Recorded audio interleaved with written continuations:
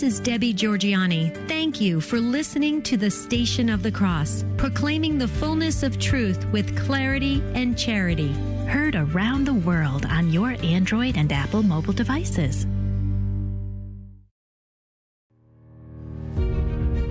Is the Florida abortion law enforceable? Today on The Simple Truth, we consecrate everything to the Sacred Heart of Jesus through the Immaculate Heart of Mary and the pure, strong, chaste heart of Saint Joseph. I'm your host, Jim Havens, and our guest today is Pam Stenzel, founder of Enlightened Communications, enlightencom.com. Very blessed to have Pam back with us once again. We got back-to-back Mondays here with Pam. Pam, thanks for coming back. Welcome back to The Simple Truth. How are you today?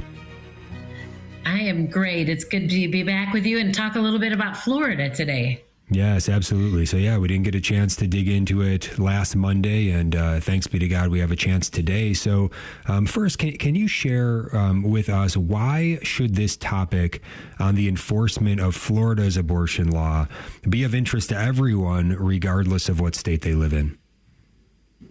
Yeah, I think because we've kind of entered into this post-Dobbs situation where every state's arguing about what restrictions they will have or they won't have. And we have some states that literally have zero restrictions on anything. And then you have other states like Texas who have enacted what we would call a fairly clean bill. In other words, there's not exceptions all over it, even though, again, the discussion of it being enforceable. So the reality is, no matter what state you're living in, if you're hearing about efforts of the pro-life community to change law or to prevent abortion or to lessen or restrict it, I think it's important that we all look at what strategy is working and what's not, and to be honest about it, because I think a lot of things that we've done, Jim, over the last many years in the pro-life movement has been passing things that make us feel good, but nobody asks any questions about whether they're actually doing what you intended that law to do, and that's prevent abortions from happening and protecting our preborn children.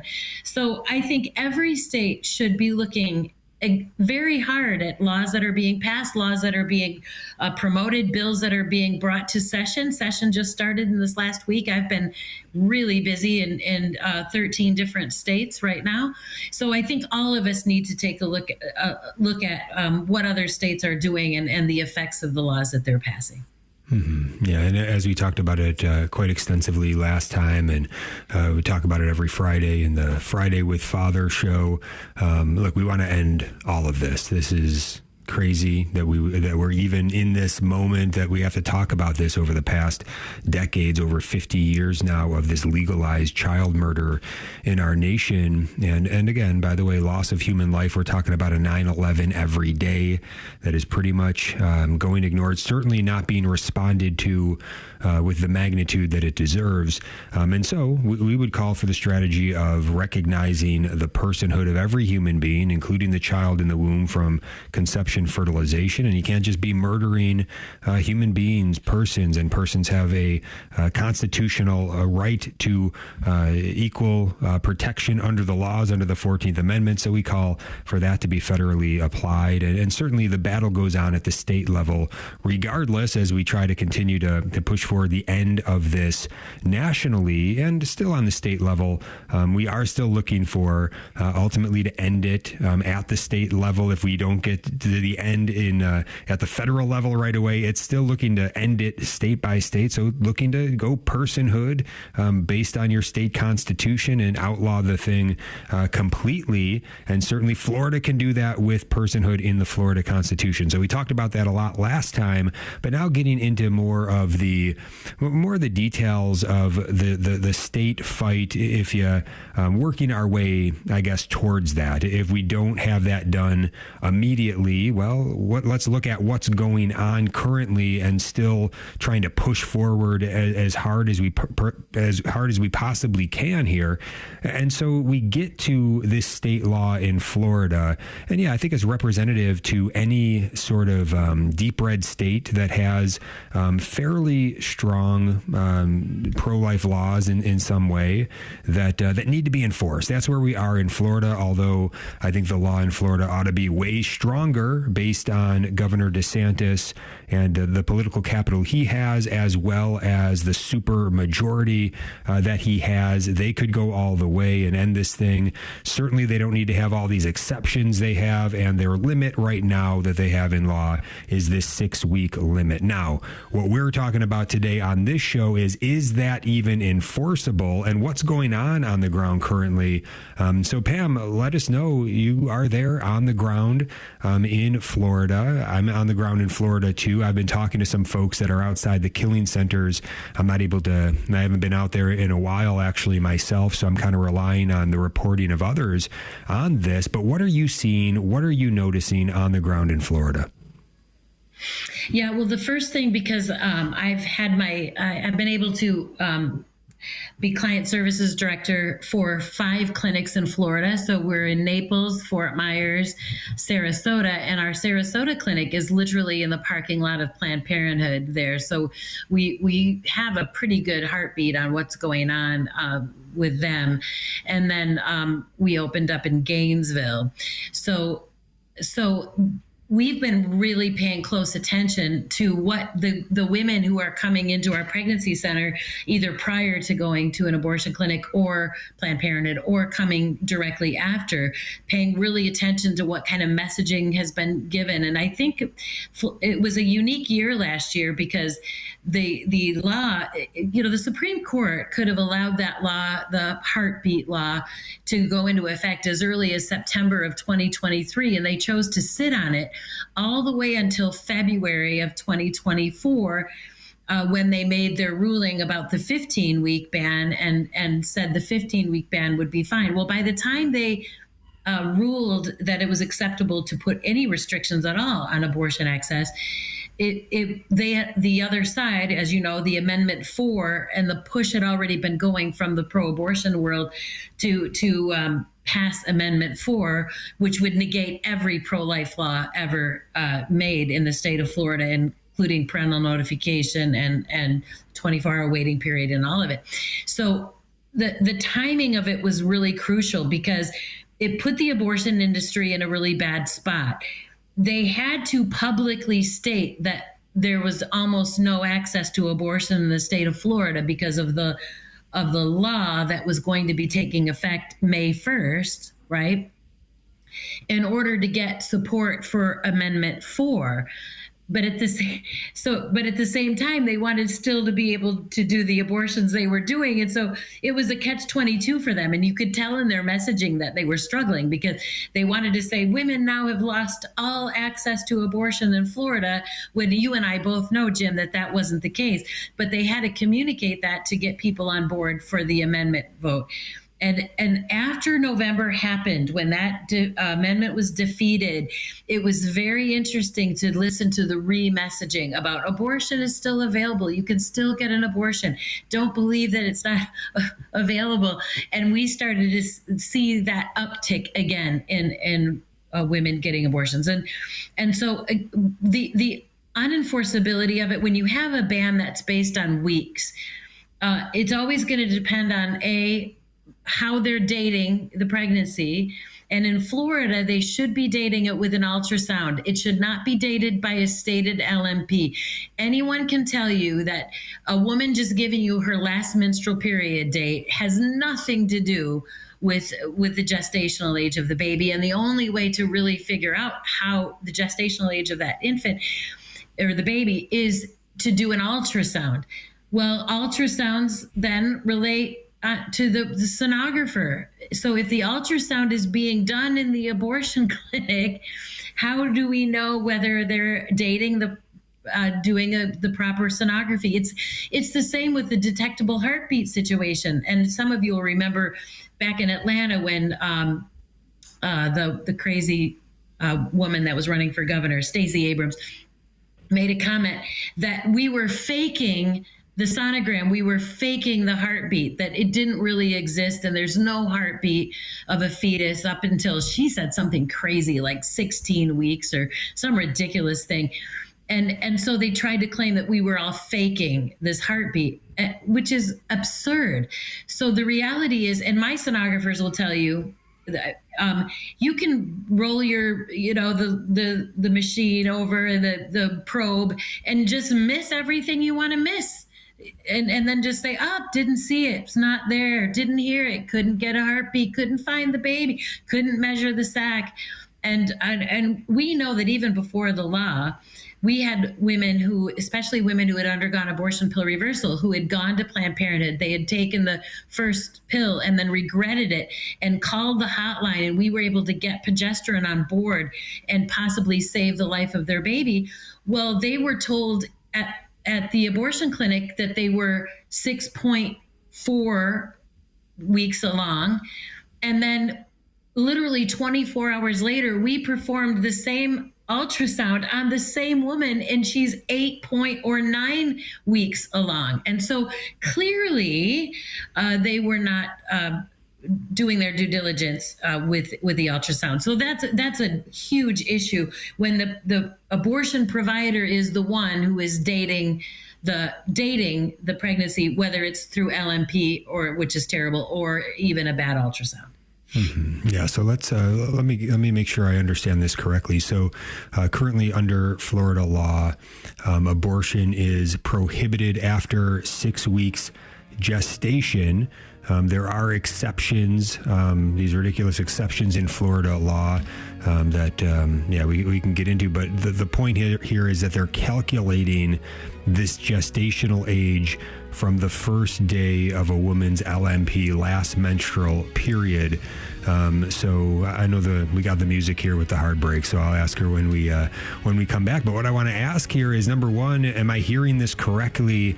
That right now, this is basically the way this law is being enforced, is simple reporting, that basically the abortion center, the killing center, is just asking the woman to just tell them what is the date of your last menstrual period, and then they're going by that. So if she lies about that, then that's fine, or or they can write down whatever they want. So look, this is obviously a terrible way to enforce it. We'll get into it when we get back. Stay tuned. iCatholic Mobile is a proud sponsor of the Station of the Cross. Solid connections, reliable data. That's iCatholic Mobile, a 5G wireless provider dedicated to your faith and values. Enjoy unlimited talk and text, dependable coverage nationwide. And every plan has unlimited data and free roaming in Canada and Mexico. iCatholic Mobile, the service that connects you to what matters most. More info at iCatholicMobile.com. Download the app to take our programming with you wherever you go.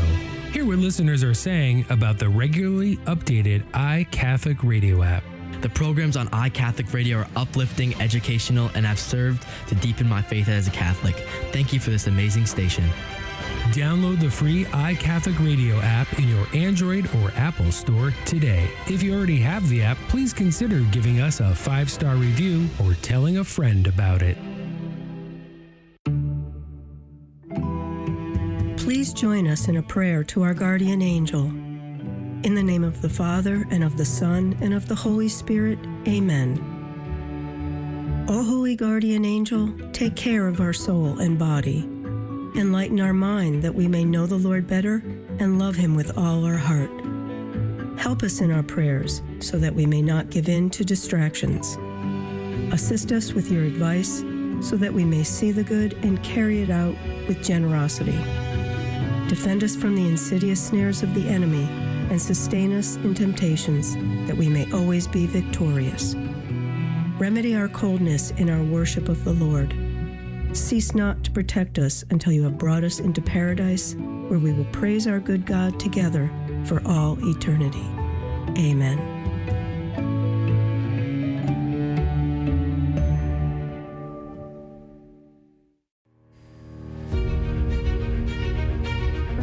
Welcome back to The Simple Truth. Jim Havens here with Pam Stenzel. We are talking about the enforceability of Florida's abortion law. If you want to give a call, especially if you are someone that is on the ground, a pro-lifer on the ground outside of the abortion killing centers in Florida, and you want to call in and let us know what you're seeing, what you're reporting. We are hearing that numbers have not gone down in terms of traffic that people are seeing on the ground. In fact, I was talking with someone outside that spends a lot of time outside the Fort Myers Planned Parenthood Murder Center, and they told me just yesterday that not only does it seem like traffic hasn't gone down, but it even seems to have ticked up, which is quite bizarre when the law is much more limited to what is allowed. So is it being enforced is the question. It seems like it isn't. And so what is the mechanism from the state to enforce this law? That's what we're getting into here. And so that's where we left off. But if you do want to give us a call, 1-877-511-5483. That's 1-877-511-5483. So where we left off. So Pam, I guess this is how I'm hearing it, that it sounds like the way the state has left the enforcement of this law, this 6-week Heartbeat Act now law in effect since May 1st, 2024, a lot of time to figure out some enforcement here. The way that they have it being enforced right now is based on the pregnant mom going into the abortion center, being honest about stating when the day of her last menstrual period was. And I guess this is calculated from the first day of a woman's LMP, last menstrual period. So having that date accurate, stating it truthfully, and then the folks in the killing center office receiving that accurately and truthfully and saying whether this is beyond the line of what is allowed by Florida law or not. Which, again, if I'm correct on this, so the way this would work would be last menstrual period, the time that you would take a pregnancy test that would say that you would be pregnant, that would be about 4 weeks after what would be about the last menstrual period, maybe the first day of the LMP. So about 4 weeks. And then you'd have about 2 weeks, I guess, under Florida law to get into one of these killing centers if you wanted to go ahead and make use of this terrible child murder law and have your baby killed in one of these killing centers. So not a lot of time to make that happen. It would be odd that the numbers would still be very high with that being the narrow window.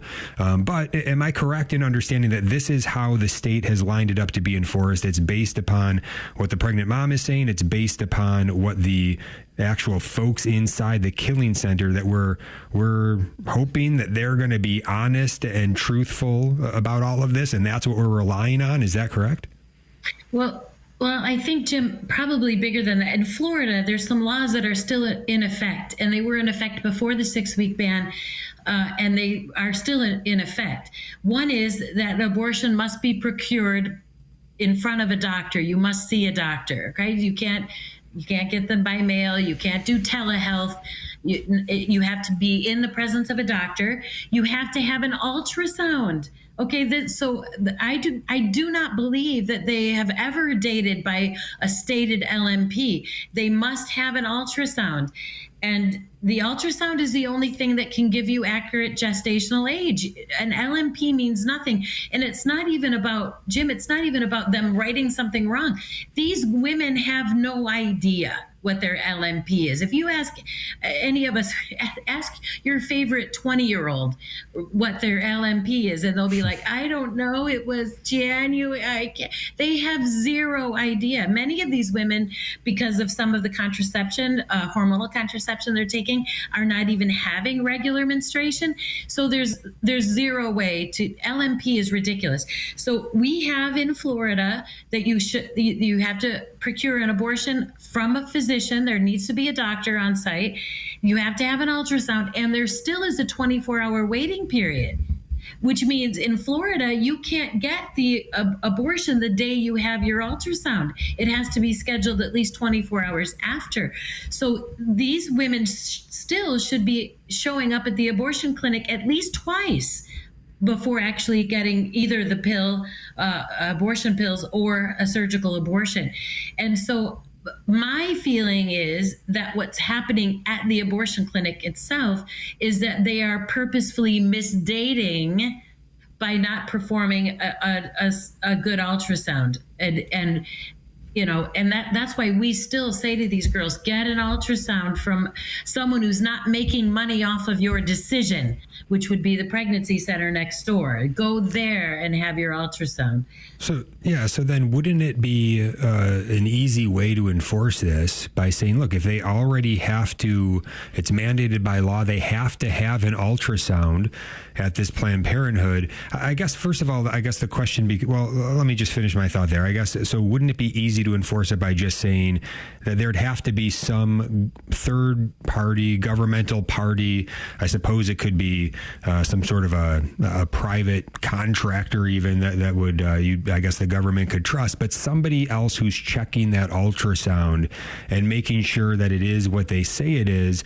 But I guess the problem then comes in where, they can make it appear in the office, the one doing the ultrasound can make it appear like they can't find anything, which would mean that even if the child is 6 weeks and beyond, they can make the ultrasound look like it isn't. So even if you sent that ultrasound picture out to somebody, it wouldn't do any good because it's still a lie, right? So I guess there'd have to be, again, we're trying to figure out what would be the right way to enforce this. I guess there's no way around it with the ultrasound, checking it with a third party unless you see something else. But also, when you would use an ultrasound, if everything was being done correctly by the tech, at what point, I guess, does the child start showing up on the ultrasound? You can see that child clearly at 6 weeks, so that wouldn't be an issue. It's just an issue of whether or not that tech is properly doing the ultrasound. Is that right? Correct. I mean, with a vaginal probe, which is the best way to do an ultrasound during first trimester, is the vaginal probe. We've been able to get heartbeat detection as young as under 6 weeks at 5 point whatever with vaginal probe. So the reality is they should see at least a gestational sac. They should be able to see, and certainly they should be able to get a heartbeat by the 6th week gestation. So, they could go in and do periodic chart checks. They could require that they randomly check charts out of all these abortion clinics, and because it'll be pretty crazy if it's constantly they never even see a gestational sac. And I'm not so sure they would be performing a surgical abortion when there's no gestational sac. So we go back to the pill abortion alternative, as it were. So I'm not sure. The other little exception to their little rule or the law that bothers me is that there's a rape, incest, or trafficking exception, but there is no requirement of an actual police report. So all that has to go into the patient's chart is that the sex that caused her to become pregnant was non-consensual, that she did not consent to the sex. And then that statement notarized, placed in her patient chart, is enough for them to do an abortion, even if they've detected the baby up to 15 weeks. Mm-hmm. Yeah, and that's interesting too. So if you would see the rape and incest numbers go way up, then that would be clear that there's something very wrong there, that all of a sudden the numbers there are going up. It would be clear that they're exploiting this loophole. So that'll be interesting to look for. Now, again, we don't have, at least I haven't been able to find it, the monthly account of the reasons for abortion broken down by month since that May 1st enforcement went into place. So I can't see rape and incest numbers per month to know, I guess, if that loophole's being being exploited. The government agency in charge of this would have those numbers. To my knowledge, they've not reported or they've not released those monthly reports yet, but that will be interesting if they do, and to be able to see that. But I guess in terms of trying to get to an acceptable enforcement, and again, this is what bothers me very much about this, and is even surprising to a degree, even though I shouldn't be too surprised anymore about things like this. But I would think there'd be somebody in the Florida state government, maybe Ron DeSantis himself, maybe somebody on his staff, maybe somebody in one of his agencies who would be on top of this and would say, we have to now find a way to effectively enforce this law. It's been in effect since May 1st, 2024, and nobody's been thinking about this question. That boggles my mind that there's nobody on top of this, because just kicking this around, wouldn't this be maybe an effective way to do it? To say, hey, you know what? Since it's mandatory ultrasound already, that's already in the state law, let's just make a law that says, for that mandatory ultrasound, you can't go to the killing center for that ultrasound. You have to wait a day anyway. So go to CPCI, go to community pregnancy clinics. That's where, go to the pro-life medical resource centers, medical clinics. You know they're going to give them a good ultrasound, and they're going to be looking to find life, and you can't fake that. So go there. That's the way to enforce it. They're going to give you an accurate ultrasound, and they're going to let you know if it's beyond 6 weeks, if this child is beyond 6 weeks or not. That would be a great way, an easy way to enforce it, a simple law of that nature. I don't know. What are your thoughts on that, Pam?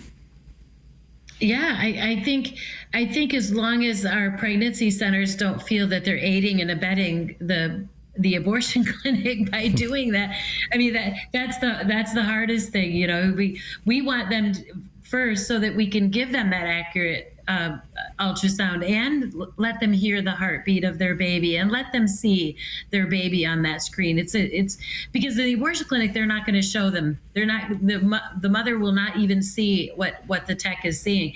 And that's the other thing. It's like everything is done, you know, not right there, and we're going to let her see it, and we're going to let her see it on a big screen right in front of her, and be able to see that little baby moving around. It's pretty amazing, actually. I've gotten to sit on many of those ultrasounds.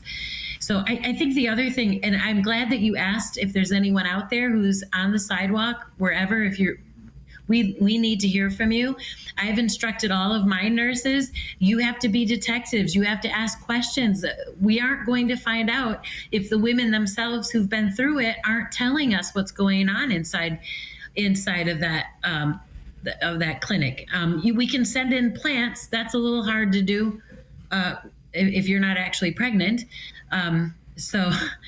But I've done it back when I was younger, Jim. I went into all 5 abortion clinics in the Minneapolis area, wired to get their counseling on tape. So, I mean, there's ways to do that, but we've got to play detective here. We can't just trust that they're doing the right thing, because we know they most likely are not.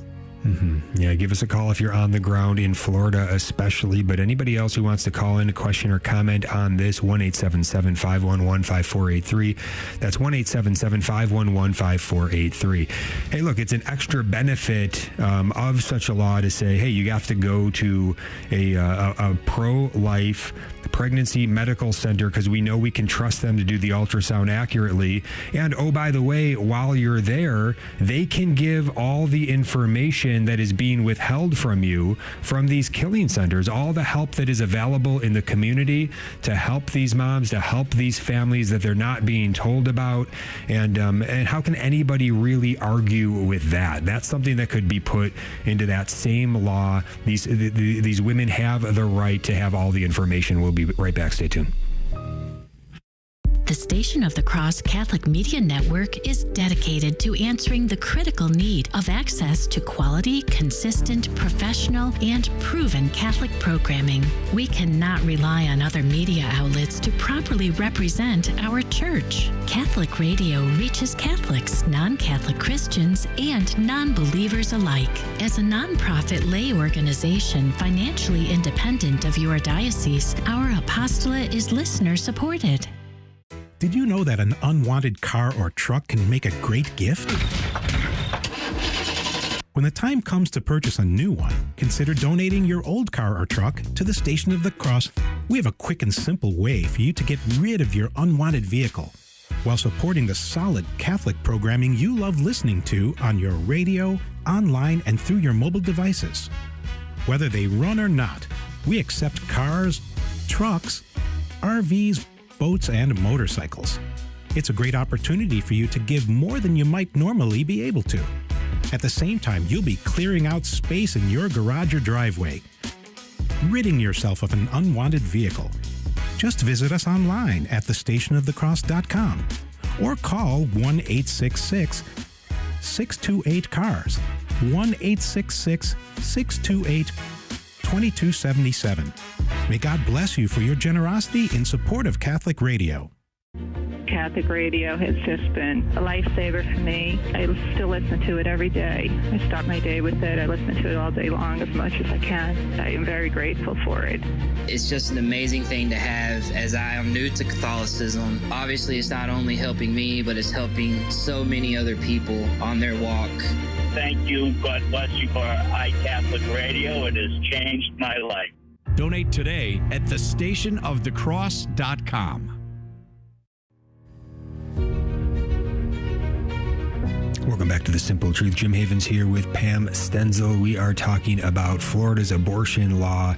Is it enforceable? What needs to be done to make it so? Is there anything? All right, so we're coming up with some ideas here as we discuss it, but certainly there's a need because the numbers do not add up.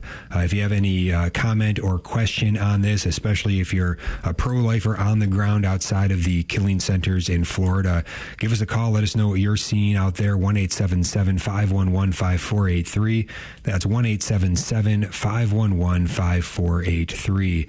And so, the numbers don't add up. We talked about this a few weeks ago. I think we talked about it a little bit last Monday as well, Pam. But in 2023, 84,052 abortions were reported, and this number was released by the Florida Agency for Health Care Administration, their annual report for 2024, 60,755, and that's without the December numbers fully coming in, as well as there are also problems with this reporting. There's a lot that I don't understand about it. For instance, it says that the Florida state law doesn't require reporting outside of the formal health system.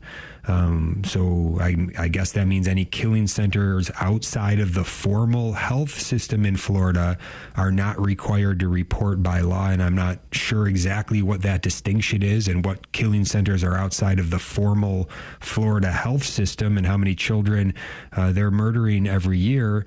But anyway, from that Florida agency, the Agency for Healthcare Administration still saying 61,000 plus for last year, which is a decrease from the year before, but not significant enough to reflect the May 1st Heartbeat Act going into law. So these numbers are not adding up. It seems very clear that this law is not being enforced currently, and it should be no surprise because as we talk about what the enforcement mechanism is, it's basically non-existent, left up to the abortionists themselves. So anything else that you want to add regarding the numbers or anything else, Pam? Go ahead. Yeah, Jim, I think the other number to look at that is very fascinating to me is that of those 84,000 abortions that were done in 2023, only 33,453 were before 6 weeks. But in 2024, and we don't have all the numbers yet, reminding that we won't get an update till next month at the earliest, and many years past, they've gone even into March and then updated all of the other months as well. So we could see a big jump. But in 2024, a full, and not again through November, 55,292 were done before 6 weeks. So this massive jump, almost doubling from 2023, before 6 weeks to 2024 before 6 weeks. And so I would say if that's not an indication of bad dating going on, and the fact that these ultrasounds are not being performed properly and that they're not reporting gestational age properly, there is no way you would have that kind of a jump in 1 year. Yeah. So where are the pro-life leaders in Florida going raising heck about this to the governor, to the state? I mean, this is the part that really bothers me the most. The fact that, that we can kind of stumble into all this and see all of this and say, well, isn't there someone that it's actually like their job to be on top of this and to be noticing this and to be sounding the alarm on this? It shouldn't have to fall to us, stumbling into it. But here we are. And so I guess I start to think about, okay, well, who is supposed to be in charge of this on the state level? I think it's also a good question to ask, who's supposed to be in charge of this on the pro-life movement level, I guess, within the state? What groups do we have where we have full-time pro-life leaders that are supposed to be on top of laws and enforcing laws? And why aren't they talking about this? And why aren't they going very strong on why aren't they raising awareness on this where we're hearing this from them instead of having to figure this out? I think that's an important question. What are they doing? And then also on the state level, what is the appropriate agency within the state that is responsible for this enforcement? I don't think it's the Agency for Healthcare Administration that releases these numbers. They just seem to be part of the reporting of these numbers. It seems to me, as I dig into it, obviously, ultimately, this stops at the governor's desk, but down the chain of command, I would say the Attorney General's office. And so that's where I went, because again, you could start to say, well, what about the local sheriff's office? Yeah, maybe, but I don't think they want to be involved in this, right? And so there's no mechanism where they're being empowered to be involved in this. It's kind of a messy thing to try to get them involved in this. I think we got to get the Attorney General's office involved in this. So I did make a call over there today. Now they're in a transition with their leadership. Ashley Moody, the Attorney General, she's being put into the Senate seat vacated by Marco Rubio, taking the Secretary of State position in the Trump cabinet. And so the new incoming Attorney General seems to be Governor DeSantis' former chief of staff, James Uthmeyer, and so he's not in the position yet. I called over there, though, called the office. I said, hey, do you know when he's going to take the helm? They said, oh, we don't know. We can't tell you anything about that. You just have to keep watching the website. And I said, okay, well, who's in charge of this mechanism of enforcement of this state law on abortion? I have no idea. Well, who can I talk to who can tell me who's the person in charge of this? Which is the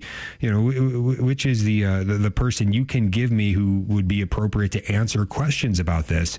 The person said they had no idea, and there's no one that they can refer me to who would know. I've got to go onto the website and fill out a form, and he's sure they'll get back to me very quickly.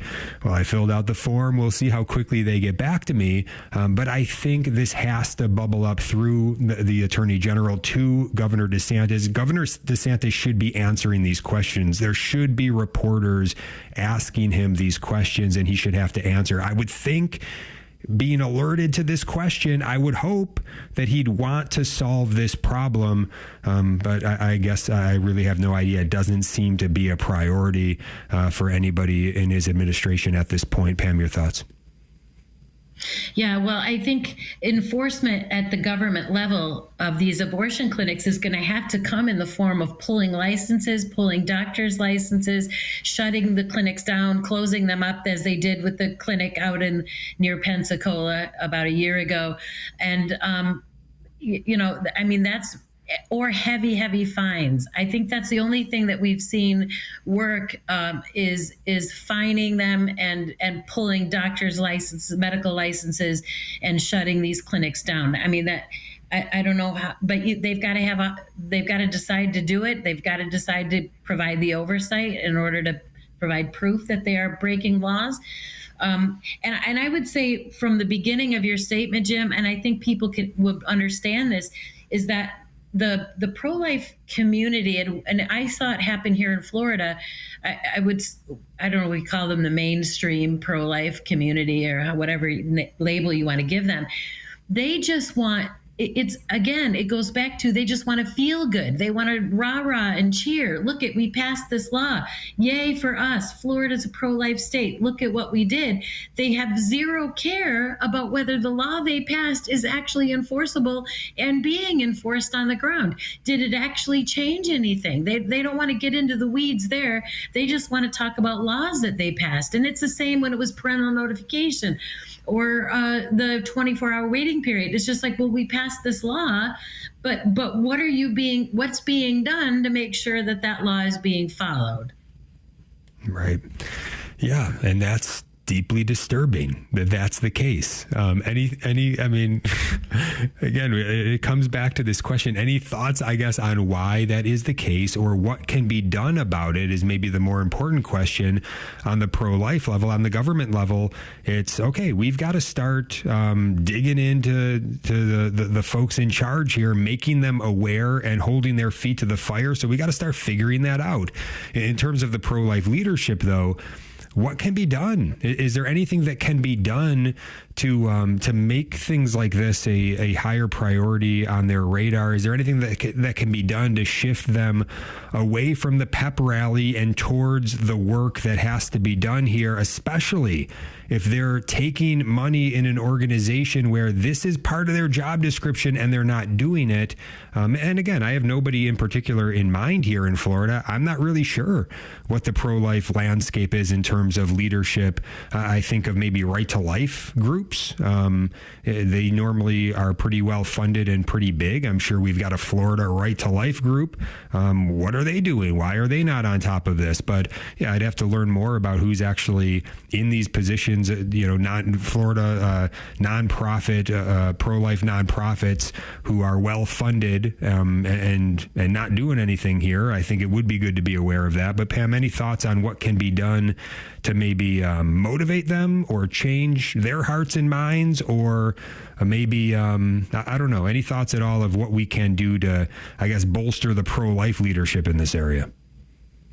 Yeah, well, I mean, we have to keep speaking. We can't be silent. And sadly, the people who are speaking are people who are on the ground working with women. It's the people who are out in front of these killing centers. It's the people in our pregnancy centers who are seeing these women and the damage that abortion is doing to the women, and of course, the death of their children. And so until we begin to speak out about what's really happening, I mean, I said it earlier, I hated to be, the whole year after they passed this bill that I fought in the Senate because of all these exceptions and because it was unenforceable at the time they passed it, I was like the lone voice crying in the wilderness, while the rest of the pro-life community, Florida Right to Life, some of the other big organizations that claim to be pro-life, were sitting there going, just Pam, that's better than nothing. It's a step in the right direction, and you just have to, be okay with it. And I said, I'm going to make you a promise.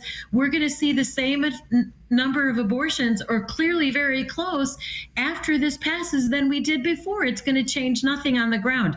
Well, the only people that know what's happening on the ground are the people who are on the ground, Jim. And that's the problem. The vast majority of Floridians who call themselves pro-life are not on the front lines. They don't see what we see every day.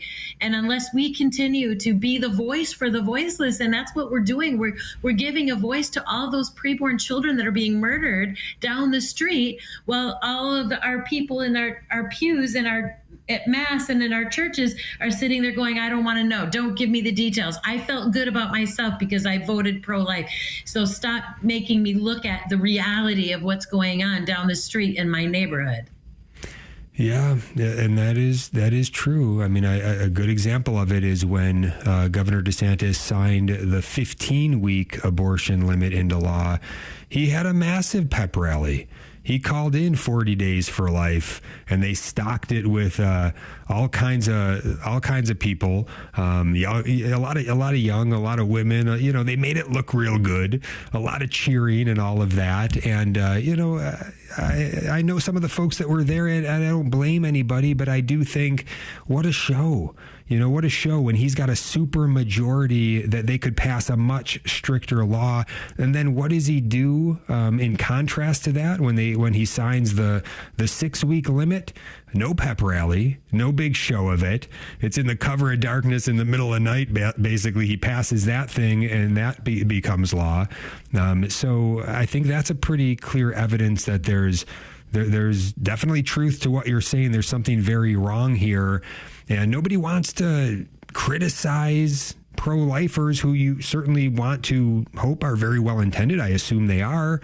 But how else are we going to change things unless we hold up the problem and say, look, this is a problem. We have to change it. So I think that's where we are here in what we're talking about today, and we'll get into it in the final segment. Again, we would love to hear from you if you want to call in, especially if you're on the ground in Florida or a Florida resident who has questions, or anywhere that just has a question or a comment on this topic. Be great to hear from you. 1-877-511-5483. That's 1-877-511-5483. One last segment to go, and I think part of this again is, we talked about it last Monday, the fact that this is so difficult to enforce. It just goes back to the fact that, well, we've got to just completely end this. Let's stop trying to enforce a sort of unenforceable law here and understand we're dealing with child murder. It ought to be outlawed across the board without exception. Governor DeSantis could sign a personhood executive order, trigger the Florida Supreme Court, and make it happen. We'll be right back. The Station of the Cross Catholic Media Network presents Saints and Seasons. On January 27th, we celebrate the feast of St. John Chrysostom, Bishop, Confessor, and Doctor of the Church. John was born in Antioch around the year of our Lord 347. Though he was raised in the faith, he studied under several pagan teachers, including the greatest orator of the time, Libanius. John worked as a lawyer for some time, but eventually he rejected worldly temptations entirely and became a priest after spending several years as a hermit. John quickly gained a reputation for his eloquent and practical homilies, and in 398 he was made Archbishop of Constantinople, with his departure from Antioch arranged in secret because he was so popular there. In Constantinople, John's zealous preaching against the city's excesses made him as popular as ever with the common people, but also brought him into conflict with the wealthy and powerful, including the Byzantine Empress. Twice John was banished, and he died in exile in the year 407. He was named a Doctor of the Church less than 50 years later. He is considered possibly the greatest preacher in church history, hence the title Chrysostom, meaning golden-mouthed, and his revision of the Byzantine Rite is the most common Eastern liturgy in use to this day. Also celebrated on this day are Pope St. Vitalian, the birthday into heaven of St. Angela Merici, and many other martyrs, confessors, and holy virgins. For more about the saints and seasons of the Catholic Church, visit thestationofthecross.com/saints and seasons. Catholic radio has just been a lifesaver for me. I still listen to it every day. I start my day with it. I listen to it all day long as much as I can. I am very grateful for it. It's just an amazing thing to have, as I am new to Catholicism. Obviously, it's not only helping me, but it's helping so many other people on their walk. Thank you. God bless you for iCatholic Radio. It has changed my life. Donate today at thestationofthecross.com. Welcome back to The Simple Truth. Jim Havens here with Pam Stenzel, our guest today. She is founder of Enlightened Communications, enlightencom.com, a pro-life warrior, and just a nonstop worker in helping those that are being affected by this madness of this ongoing daily mass murder of abortion. And so, Pam, final segment here. I first just want to give you the floor. Anything else you want to say, anything else you want to add today, go for it. Jim, listen, I think all of your viewers need to hear the words of Governor DeSantis just last Friday. This is verbatim what he said at the March for Life. Here is what you should be asking your elected officials to do on the issue of the sanctity of life. Show courage in defense of the unborn. That's what we need from the people that we elect to the office. The sanctity of life does not depend on poll results. It doesn't depend on which way the wind is blowing. It's an enduring truth, and it represents the foundation of our society, which in our original founding document, which we will celebrate next year, the Declaration of Independence, declared that we hold these truths to be self-evident, that all men are created equal, and we are endowed by our Creator with certain inalienable rights, beginning with the right to life itself. Those were the words he spoke to all of those pro-life people gathered at the March for Life in DC. And I'm like, Governor DeSantis, I am your constituent, and I am going to hold you accountable to take some courage here and end this. Stop with this silliness, all these laws, and accept, and these children deserve to live and these children deserve to die. We're done with it. They were endowed by the Creator with the right to life, and that's where we get our rights, not from government, not from governors, not from Supreme Courts. It comes from God himself.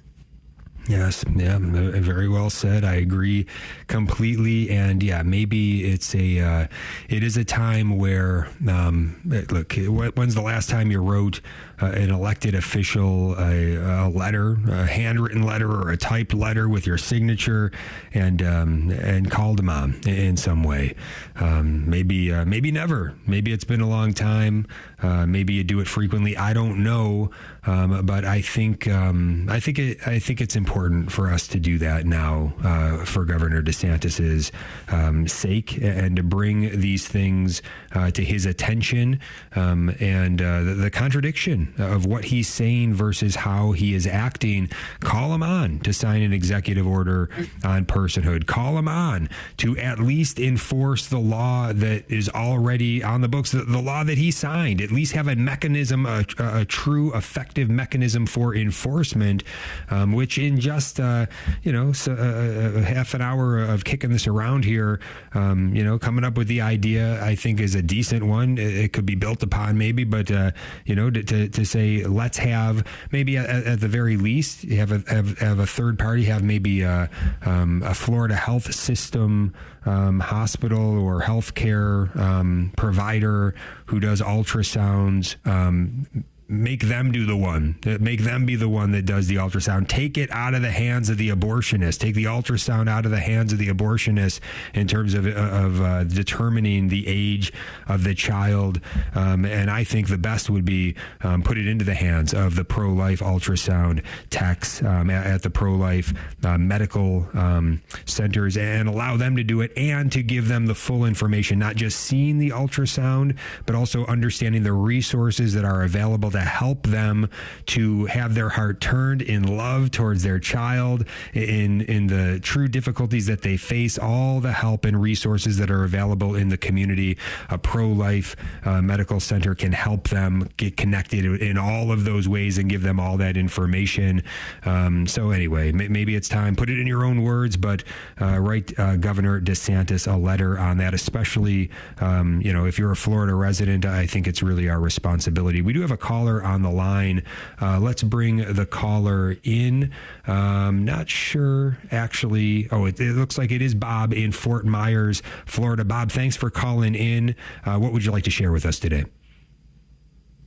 Hey, Jim. Thanks for having me. I'd just like to, I'm just responding to your request to be here at 4:30. I'm sorry I'm a little late, but I do want to get the word out. What you saw yesterday, I went through a request based on our work as Sidewalk Advocates for Life at Fort Myers. We've seen a level of volume on Tuesday and Thursday abortion days that we didn't think was compatible with the current law in terms of the limits. And I did a request to the Agency for Healthcare Administration for Florida, and I was turned down from a complaint perspective as something they would inspect. But they did give me access to their site, and through that access, I was able to find a July 8th survey inspection that was done at Fort Myers Planned Parenthood, where there were 12, there were deficiencies cited. They've not been corrected since then, where 12 patients had abortions after 15 weeks. We don't know. There was no medical exception documentation for all 12 of them. We don't know exactly when those abortions occurred because they redacted the dates of each patient record. And I think this is grave concern from my perspective in terms of enforcing the law. We can win hearts and minds, but we also need to enforce the law. Absolutely. Yeah. Thanks for calling in, Paul. I appreciate that. And yeah, I've been trying to make sense of what I'm looking at when I read what you have here with these complaints. I guess I'm not 100% clear on exactly where these complaints come from and how they're reported without any sort of, consequence, right? This is a serious violation if this is the case, right? These complaints, which lead to the knowledge that these were children that were killed in violation of the 6-week law by all indications here. So then who is the appropriate party to bring the consequence to this, the punishment to this, that we can't be having the law be broken by this abortion killing center as they're doing here. It's probably not as this agency says, in Florida, this is the reporting agency. So they're saying, yeah, that's not their job. But who is it? Is it the local sheriff's office? Who needs to have this information and to act on it? Any thought on it, Bob? Well, I guess my first thought would be to go to higher levels of the state government, to which this Agency for Healthcare Administration reports. It's got to report up to one of the major department heads, whoever does health and human services or whatever that is in the state of Florida. And to me, you can't leave deficiency cited that includes a failure to document as per the law these late abortions later than the limits in the law. You can't let that go for 7 months now. And in addition to that, the only other inspections they've done at that site since then was one standard inspection and 3 that where the deficiencies were resolved through September. So since September 20th, they've not done any inspections at Planned Parenthood Fort Myers. So that's 5 months, 4.5 months, even though there's still outstanding violations cited. Yeah. Thank you for calling in, Bob. Thank you for your great work. Pam, less than a minute to go. Final thoughts from you today. It just shows you how hard it is to enforce, even when people like Bob are trying so hard to hold them accountable. It's just very difficult. Right.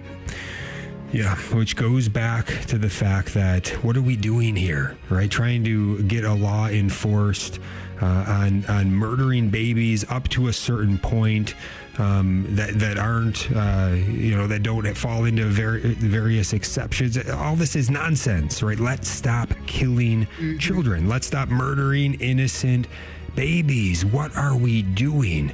Governor DeSantis, please sign an executive order on personhood. Let's end this. God bless you all.